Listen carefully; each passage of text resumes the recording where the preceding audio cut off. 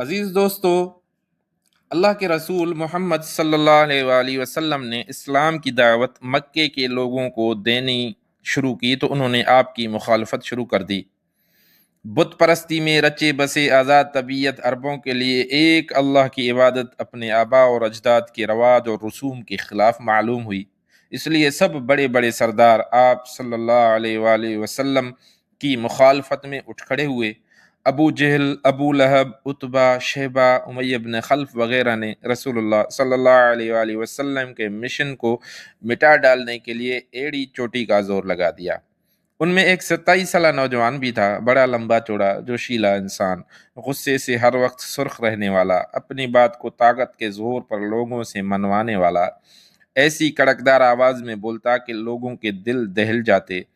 تقریر کرنے کے لیے کھڑا ہوتا تو فصاحت اور بلاغت سے لوگوں کو عاجز کر دیتا۔ ہر وقت غصہ ناک پر اور ہاتھ تلوار پر رہتا۔ چند دن وہ بھی اور لوگوں کی طرح غریب اور کمزور مسلمانوں پر ظلم اور ستم کے پہاڑ توڑتا رہا، مگر اسلام کا سورج جب کسی طرح بلند ہونے سے نہ رکا تو اس نوجوان نے ایک خطرناک فیصلہ کیا۔ تلوار ہاتھ میں لی اور گھر سے نکل پڑا۔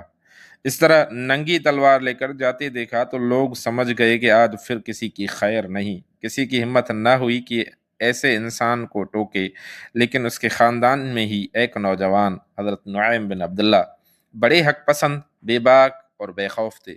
اسلام ان کے دل میں گھر کر چکا تھا، مگر انہوں نے کسی کو بتایا نہیں تھا کہ وہ بھی محمد صلی اللہ علیہ وآلہ وسلم پر ایمان لے آئے ہیں۔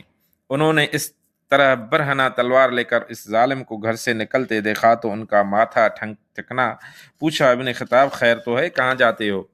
چہرے پر غصے کی سرخی اور لہجے میں تشدد کی کڑواہٹ لیے جواب دیا کہ ابی طالب کے بھتیجے نے قریش میں لادینی کا فتنہ کھڑا کر دیا ہے، آج اس فتنے کو ختم کرنے جا رہا ہوں۔ اس تلوار سے؟ ہاں، اس تلوار سے۔ آج یہ محمد کے سر کو معاذ اللہ تن سے جدا کر دے گی۔ ابن خطاب نے تلوار اونچی کرتے ہوئے کہا۔ حضرت نعیم نے کہا، واللہ عمر، تمہارے نفس نے تمہیں دھوکے میں ڈال دیا ہے۔ اگر تم محمد صلی اللہ علیہ وآلہ وسلم کو قتل کر دو گے تو کیا اس کے خاندان بنی عبد مناف کے لوگ تم کو زمین پر چلنے پھرنے کے لیے زندہ چھوڑ دیں گے؟ ہمارے خاندان بنی عدی کی ان کے سامنے کیا بساط ہے؟ اس بات نے عمر بن خطاب کا پارا اور چڑھا دیا۔ بولے، مجھے لگتا ہے نعیم تم بھی بے دین ہو گئے ہو، شاید تو نے بھی اپنے آبائی مذہب کو چھوڑ دیا ہے، لا پہلے ہی تیلے ہی گردن مارتا ہوں۔ ایک لمحے کے لیے حضرت نعیم کو لگا کہ عمر ان کی گردن اڑا دے گا، مگر ایمان کی تقویت نے کوئی خوف چہرے پر نہیں آنے دیا۔ انہوں نے بڑی جرأت سے کہا کہ میاں عمر، گھر کی خبر لو، گھر کی۔ دوسروں کے لیے تلوار اٹھائے پھرتے ہو اور تمہارے اپنے گھر ایمان کے ترانے گونج رہے ہیں۔ میرے گھر میں کسی کی مجال جو میرے گھر میں ایسا کرے؟ عمر کا غصہ حیرت میں بدل چکا تھا۔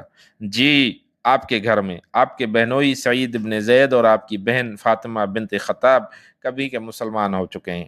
حضرت نعیم نے گویا عمر بن خطاب پر بجلی گرا دی۔ عمر جوش غضب سے بے قرار سیدھا بہنوئی کے گھر پہنچے، دیکھا کہ واقعی وہاں قرآن کی صدائے دل نواز گونج رہی ہے۔ پہلے مار پیٹ ہوئی، پھر بحث و تکرار ہوئی اور آخر قرآن کی برچھی سینے میں ایسی چبھی کہ تاریکی کے سب پردے پھٹتے چلے گئے۔ خود ہی پکار اٹھے کہ بے شک اللہ کے سوا کوئی عبادت کے لائق نہیں اور محمد صلی اللہ علیہ وآلہ وسلم اللہ کے رسول ہے۔ یہ آج کا جو قصہ ہے حضرت نعیم بن عبداللہ کا، وہ پر اسرار بندے مصنف پروفیسر عشرت حسین جاوید انڈیا کے ہیں، ان کی کتاب سے لیا گیا ہے۔ طیب اکیڈمی کی طرف سے اس کو شائع کیا گیا ہے۔